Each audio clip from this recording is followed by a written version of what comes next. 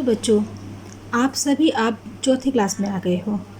तीसरी क्लास में आपने अपनी दिल्ली के बारे में पढ़ा। अब हम दिल्ली से बढ़कर अपने देश के बारे में पढ़ेंगे। हमारा देश विविधताओं से भरा हुआ।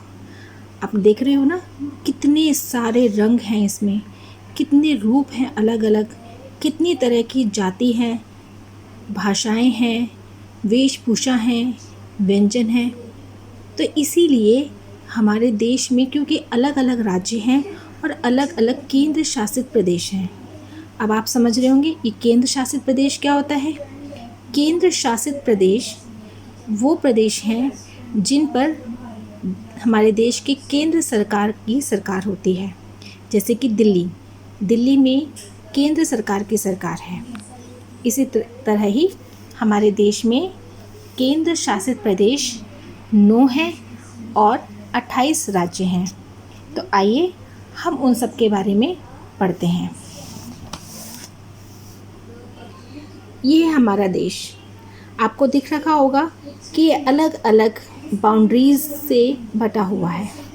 ये बाउंड्रीज़ हमारे देश के राज्यों की सीमा रेखा हैं और यही हमारे देश को अलग अलग राज्यों में बांटती हैं। लेकिन इसके अलावा भी हमारे देश में कुछ जगहें ऐसी हैं जिनकी बाउंड्रीज़ जो हैं वो आपको इसमें नज़र नहीं आएंगी। वो बहुत छोटे प्रदेश हैं, इसीलिए उनको किसी राज्य की कैटेगरी में नहीं रखा गया है।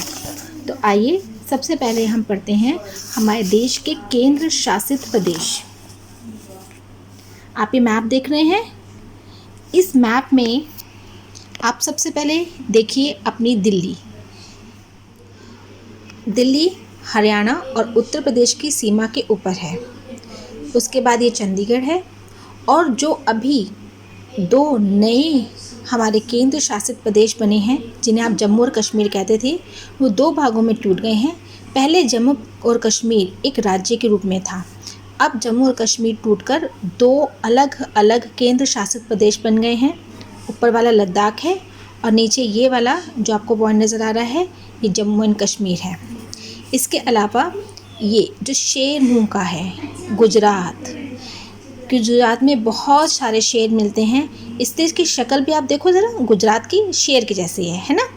यहाँ पर है दमन एंड दीव और गुजरात और महाराष्ट्र, इन दोनों को ही टच करते हुए थोड़े से ही यहाँ पे दादरा एंड नगर हवेली है।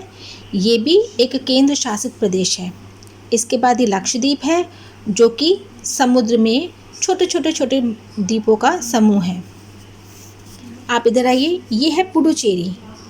ये भी एक केंद्र शासित प्रदेश है और इसके लगभग यहाँ पे देखिए छोटे आइलैंड्स के टुकड़े हैं और ये सारे आइलैंड्स के टुकड़े अंडमान एंड निकोबार हैं। तो हमारे देश में 9 केंद्र शासित प्रदेश हैं। आपको याद है ना, जब धारा 370 हटी थी तभी ये जो हैं इससे पहले 7 थे और इसके बाद ये 9 हो गए हैं। तो आप सभी को आज पता चला हमारे देश में 9 केंद्र शासित प्रदेश हैं और इन 9 को आप अच्छे से याद कर लीजिए। ठीक है, बेस्ट ऑफ लक।